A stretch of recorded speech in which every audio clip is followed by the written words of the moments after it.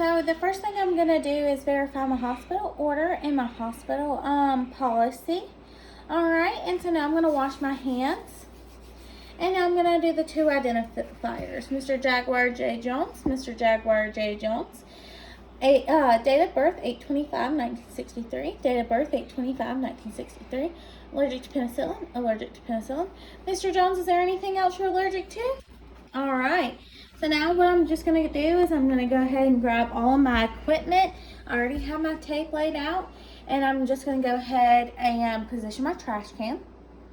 Alright, and so now I'm going to wash my hands again. I'm going to put my goggles on.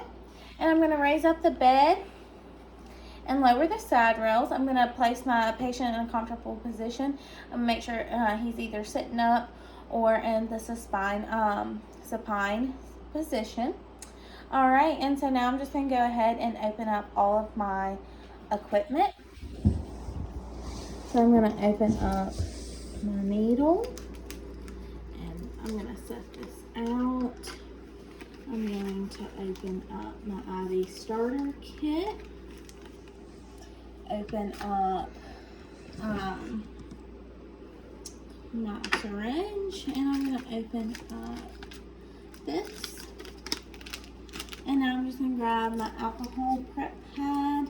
I'm going to grab this out, making sure not to touch and break sterility. So I'm just going to grab this, open the alcohol pad up, and throw that away. Now I'm just going to clean this. And make sure it's all cleaned. Throw it away. And take my syringe. And make sure it's locked. And now I'm just going to prime. Alright. And now I'm just going to loosen this up a little bit, making sure to remain sterile. Alright, and so now that I've done all of that, I am just going to go ahead and grab my tourniquet and I'm going to move to Mr. Jones. Alright, so now I'm just going to list three indications of finding a vein. You're going to want a large, spongy vein. You're going to want the most distal part of the arm, and you're going to want to try to do it in the non-dominant arm. And then the three fostering of the venous the venous distension would be you're going to want to put the extremity in a dependent position. You're going to want to stroke the vein lightly, and you're going to want to stroke the vein and make sure that if the patient is able to open and close their hand slowly. So now I'm just going to go ahead and put the tourniquet 4 to 6 inches above the site.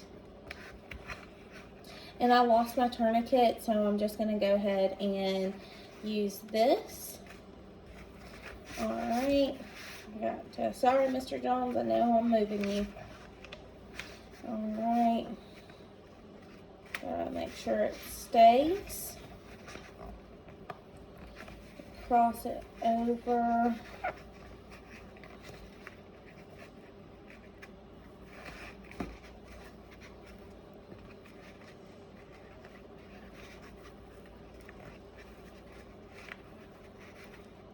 Alright, and then you're going to want to check for radial pulse.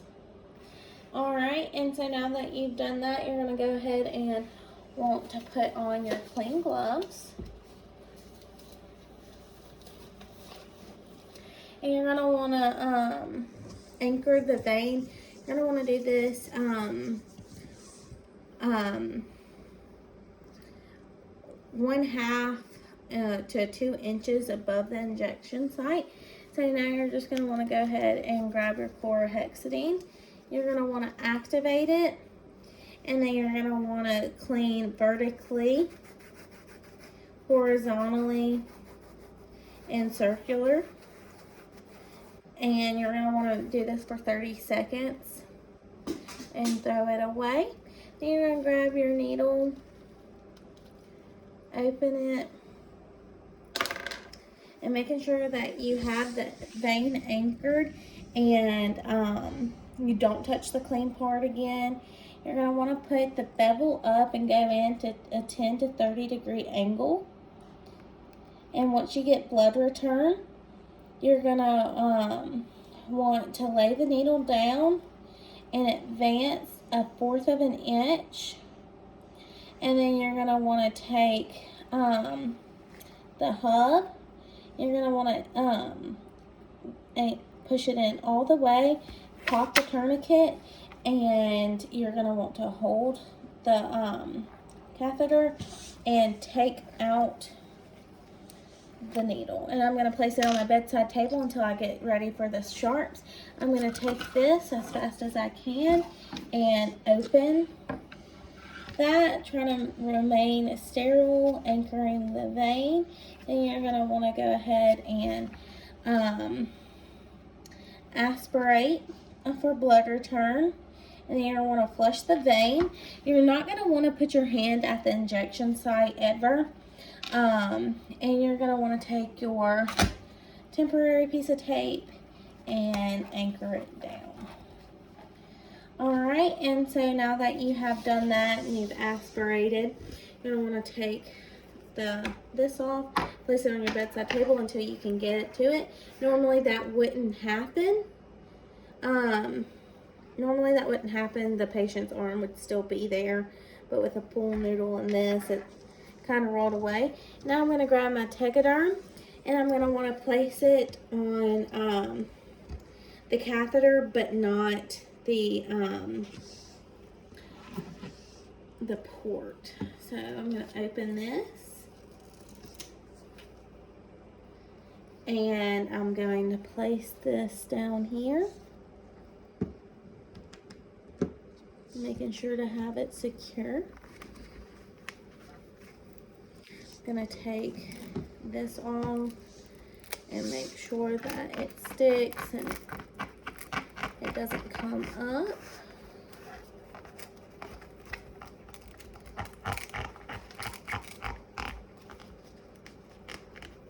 Make sure it is secure.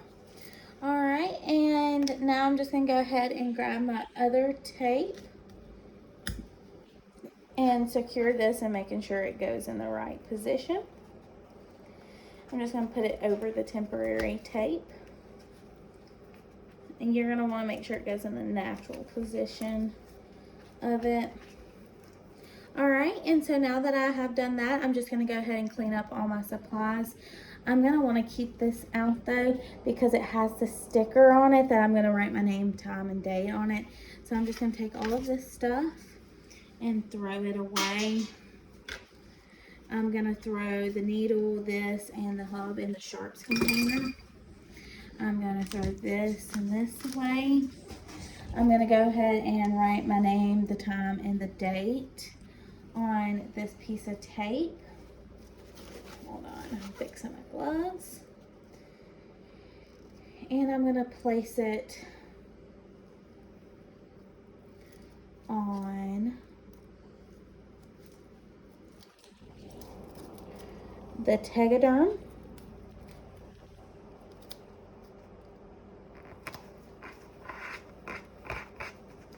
Okay, and that is how you do the how you insert an IV. I throw this away. I'm gonna take off my gloves and I'm gonna wash my hands, and then I'd go and document. I want to document the type of catheter, how many attempts, the injection site, where it is, where its location is. I'm gonna want to document the size, the gauge, the type of catheter, the gauge of the needle, the length of the needle, and the location of it. Alright, and so now I'm just going to go ahead and show you how I would discontinue an IV. I'm going to go ahead and put my clean gloves on.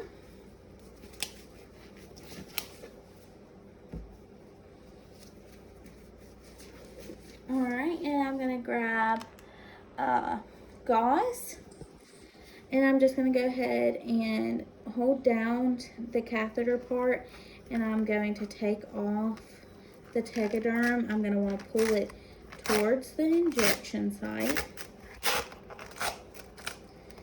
and take that off and apply pressure at the injection site. I'm going to want to take off this tape. Secure that, take the tape off, and I'm going to remove it. Oops, that normally wouldn't happen in real life. I'm going to remove the catheter slowly, and then I'm going to take all of that and throw it away. And I'm going to hold pressure for a minute, and then I throw this away as well. And then I'm going to take a clean gauze, and I would place it over the injection site with another piece of tape and secure it onto the injection site. And I take off my gloves. Love the glove skin and skin down, and I'd wash my hands.